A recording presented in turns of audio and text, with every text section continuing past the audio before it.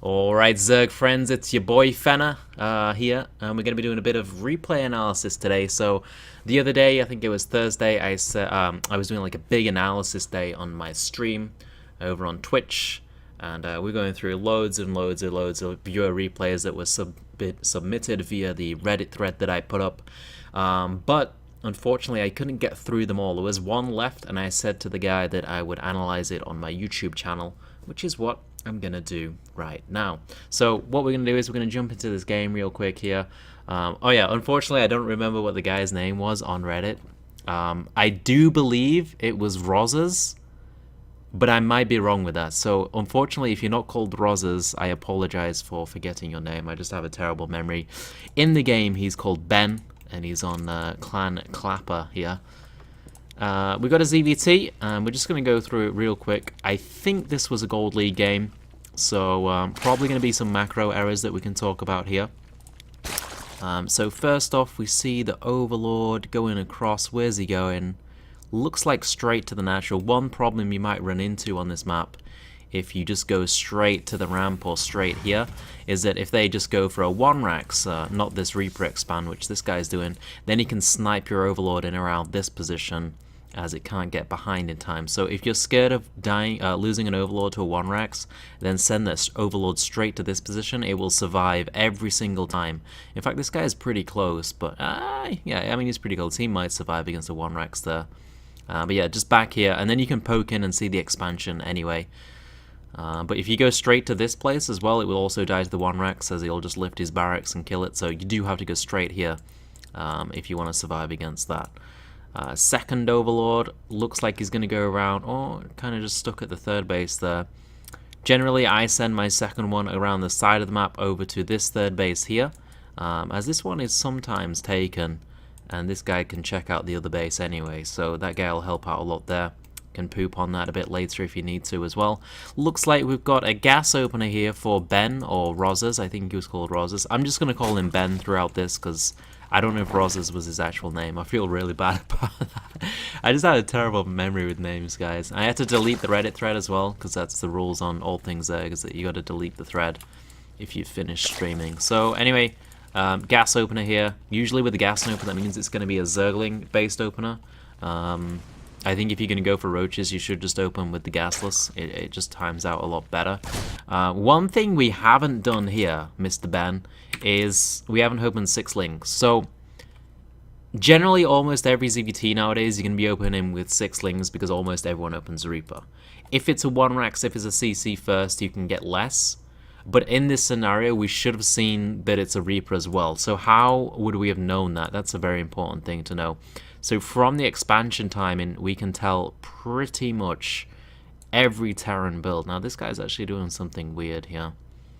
Because generally, he does start the expansion, it just goes down a bit late because his SCV's out of the way. So generally, this expansion, like a Reaper expansion, will be starting anywhere between 3:30ish or 3:20ish to 4 minutes. Now it's going to start around 3:20 to 3:30 if he does it with 1 depot, but as you see here, he's got himself 2 depots before the expansion. That basically means that he's not going to die to 9 pulls and stuff. So his expansion will be starting around 3:50 to 4 minutes on a Reaper opener with 2 depots, so that's a good thing to keep in mind. Generally, you can tell all of the openers from a Terran player by the expansion time. And so 2:30 CC is going to be a CC first, and a 3:10ish CC, maybe a tiny bit earlier, is generally a one-racks expand. That basically means one-racks, no gas, gonna be a marine opener. So you can tell everything from that expansion time. And so this guy here, Ben, should have known that it was a Reaper. Did he see the Reaper going out as well? No, he didn't. But you can tell by this timing. So that is something to keep in mind. And you are gonna want 6 lings from 18 supply when it's a Reaper opener, because defending a Reaper with like less than 6 lings is very, very painful. You can do it with 4, but you're asking a bit there. If they've got really good control, you might run into a bit of trouble. So 6 lings is the safe way to go. And I think that's going to mean that you're going to run into a bit of trouble against this Reaper. He's going to be able to do a bit of damage if it's controlled well. Queen does come out, and it doesn't look like the Reaper controls the best in the world, so you do actually get away with no lings here, which should not happen, especially if he decides to go into more Reapers. And he has gone into 2 here. He's just gonna mess around with these queens. So yeah, 6 lings at the start. We've got the speed on the way, leaving on gas. That might mean we float a bit there. Generally, I think with gas openers, you want to be pulling off that gas, putting back on a bit later, so that you can get that mineral income going. We're also going up to 4 queens straight away from a gas opener, whilst leaving on gas and taking a 3rd base at the same time. So this is a bit too much right now.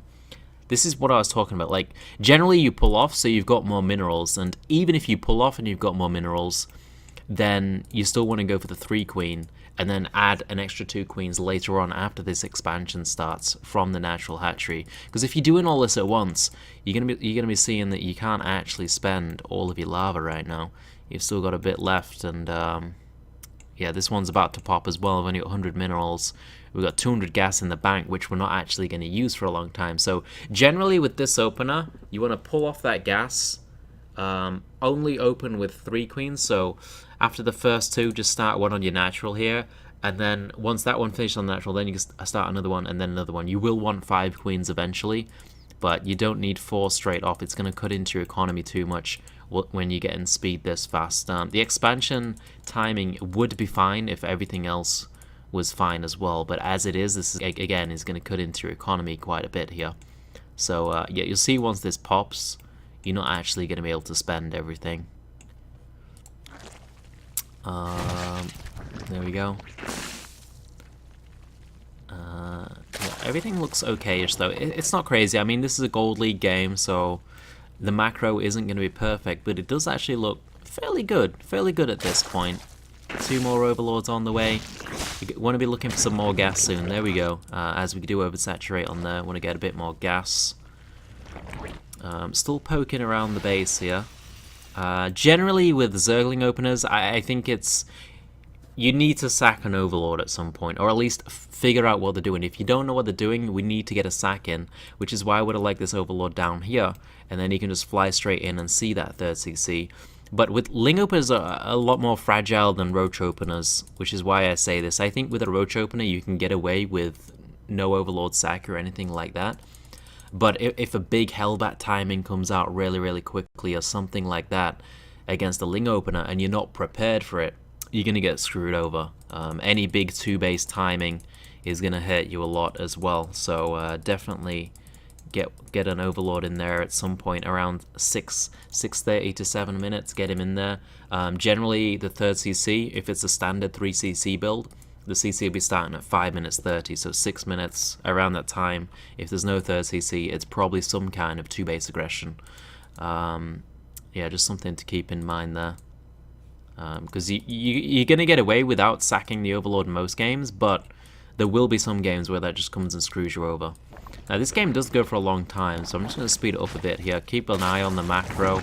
It looks like we will be going into a Roach opener, but this is really late at this point. Yeah, so if he opened Hellions and sent him straight to your base, and you don't have Zerglings to back this up, this Roach Warren is too late to deal with him. So around 50 to 60 supply, you're going to be wanting to produce Zerglings with a Ling opener. I know you're trying to go into a Roach opener here, but it's just too late to get the Roaches out. At this point, all of these Hellions could be in your base. There should be more than this as well. Usually people go up to like 6 to 8 Hellions, and they could be attacking you right now, and this one queen just will not be enough. Obviously there is another one over here, but yeah, the Roaches are a bit too late. If you want to go into Roach openers every game, then I do recommend checking out Hyun's Roach King opener, which you can find on my website, www.danielfenner.com. Opening gasless into Roach just works out so much better, because in this game, like, look at the game.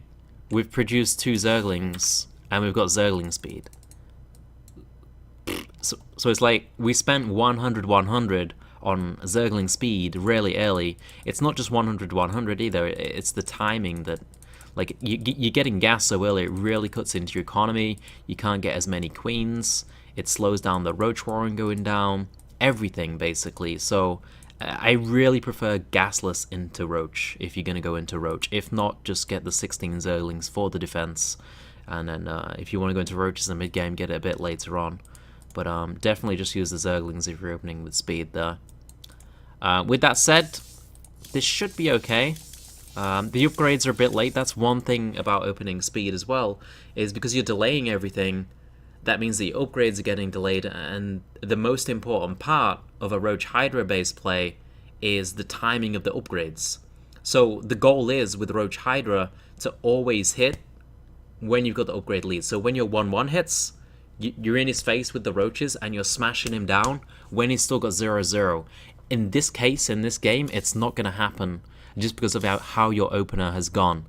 You can see you're like 120 seconds behind his 1-1 here. It looks like he did start it extremely early. He's played pretty greedy. But yeah, you could be getting those upgrades a lot earlier than you actually have. So let's go through this a bit quicker. 15 drones on the way, droning that up in pretty decent timing. We are going to get supply blocked. We've got a lot of resources to spend as well. Another great thing, since Roach Hydra is all about momentum, you want to be hitting those upgrade timings. Pooping on the bases, actually very, very important. Because your goal is, with Roach Hydra, to get the momentum lead. So that means denying the third base for as long as possible, whilst you have your own 3-base economy. So you're going to hit that third base, you're going to make it lift, and then you want to poop on it, you want to burrow under it, everything you can to stop it from going down. I like to get burrow as well, just so I can stick a roach under there after I do make it lift, because in reality, with this 1-1 timing, you should be causing the third CC to lift every time. If they can just get the third CC down uncontended and produce units, Roach Hydra is so weak, because it relies on the economy lead, it relies on those timings. So right now, I would say you're not in the best situation, and also your macro right now is really weak. That supply block hurt a lot. We've got 3,000 minerals in the bank. Gonna need like 5 more overlords at this point to be able to spend everything. Not even thinking about the lava. There's basically no lava here. So when it comes to Roach openers, and I don't think I'm going to go on too much further in this replay, Roach openers are about hitting the timings, right? I've said that like 5 times already. If you can't execute a Roach opener really well, it's not going to do the damage that it needs to. So this is why I also think Roach players are really good for actually practicing the game, because it means you need to really work on your execution. So what I would do as you, Ben, or Rozes, if you called Rozes, is I would take this to single player, practice opening gasless into Roach, and practice just spending everything perfectly. You need to be able to hit those timings. Like, at this point, you need to be at 130 supply with a lot of Roaches, with 1-1, with the Roach speed, and you need to be attacking his third base. If you can get all of that in line, that will take you straight to Masters, if you can execute all of that perfectly and defend against all of the all-ins. So if you can get your execution down with a build like this, it's going to take you up so many leagues. And all you have to do is focus on yourself. That's the great thing about Roach builds as well, because Roach builds, they're pretty good defensively. The weakness is the late game with a Roach-based build. So your defense is going to be good. All you need to focus on is the execution. Roach builds are the perfect kind of build for defending against, for learning how to execute and macro.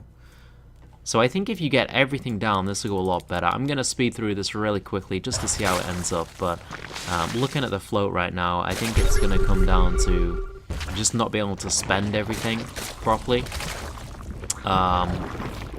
Yeah. With Roach Hydra here, we should be looking to attack the third base with the 1-1. We're not doing that either. So, basically, this is not how you're meant to play Roach Hydra. Roach Hydra is an aggressive composition. Hit with 1-1, make him lift the third, poop on the third, burrow on the third, keep that momentum going throughout the entire game.